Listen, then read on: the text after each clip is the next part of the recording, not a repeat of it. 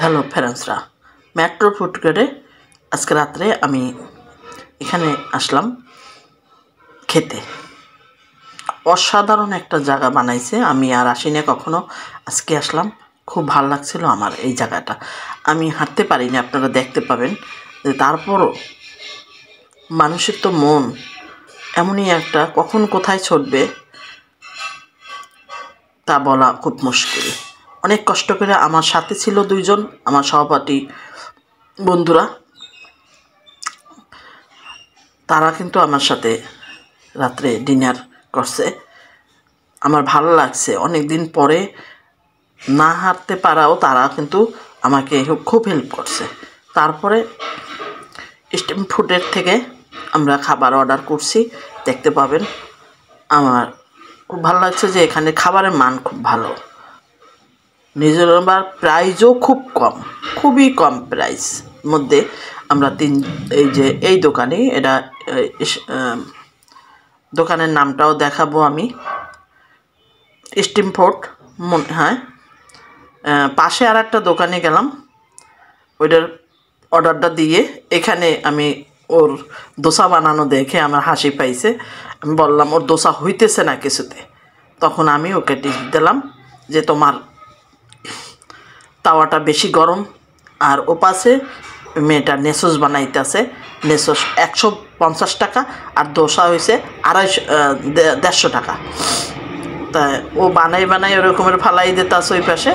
পরবর্তীতে কি করব, আরও একটা দেওয়াইলাম, দেওয়ার পরে সেটা ওই একই অবস্থা, গরম তাওয়ার মধ্যে দেশে। এই যে দেখেন অবস্থাটা দেখেন, দোসার হলো না সে দোসা। পরে আমাদের স্টিম ফুড থেকে আমি ওখানে গেছি, এই খাবারটা অর্ডার দিছিলাম। এটার দাম হয়েছে 250 টাকা। এটা pasta, stick pasta, bread, sizzling, stick pasta sizzling, chicken stick pasta sizzling, এটার নাম হয়েছে। অবশ্যই আপনাদের রেসিপিটা দেবো আমি। এখন আমার সাথে যে আমার ফ্রেন্ডসরা গেছে খেতে, তারা কিন্তু পাশেই আছে। এরকম দুটো খাবারের অর্ডার দিছি আমি, 2 রকমের। আমি চিকেন ফ্রাই না হলে তো আমার ভালো লাগবে না, সেটাও দেখতে পাবেন। আমি একটু খেয়ে দেখি কেমন হলো। মাশাআল্লাহ, খাবারটা অনেক জুসি ছিল, অনেক ভালো ছিল, অনেক টেস্টি ছিল। আমার খুব ভালো লাগছিল খাবারটা খেয়ে। পরে আমি কিছু খেয়ে আমার আরেকটা খাবারের অর্ডার দিছি, ওই খাবারটা কিন্তু আমি খেতেছিলাম। অতিরিক্ত গরম ছিল, মানে গরম, এটা তো মানে গরম হবেই বুঝতে পারেন। এই যে আমার ফ্রেঞ্চ ফ্রাই, আমার বন্ধু আইসে গেছে। আমার ফ্রেঞ্চ ফ্রাই মানে আমার বন্ধু, মানে ফ্রেঞ্চ ফ্রাইয়ের সাথে যে আমি এত পছন্দের জিনিস আর চিকেন ফ্রাই, কিন্তু এখানে চিকেন ফ্রাইটা একদম ভালো ছিল না। সেটাই যেমন লবণে কম ছিল, সেটা আমি ওদেরকে বলছি।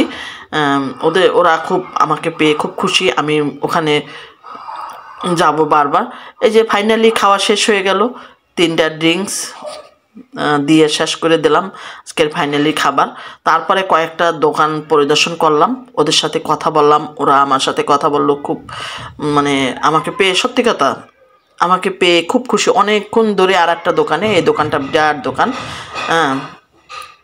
এই দোকানের ছেলেটা বলছে আন্টি আবার আসবেন, আন্টি এটা দেখেন, আন্টি ওটা দেখেন, মানে আমাকে দাঁড়া করায়। এরকম আরও 2-3টে দোকানে আমি যাওয়ার পথে, কিন্তু খাওয়া হয়েছে, যাওয়ার পথে এই অবস্থা। আমাকে মানে খুবই আপ্যায়ন করলো।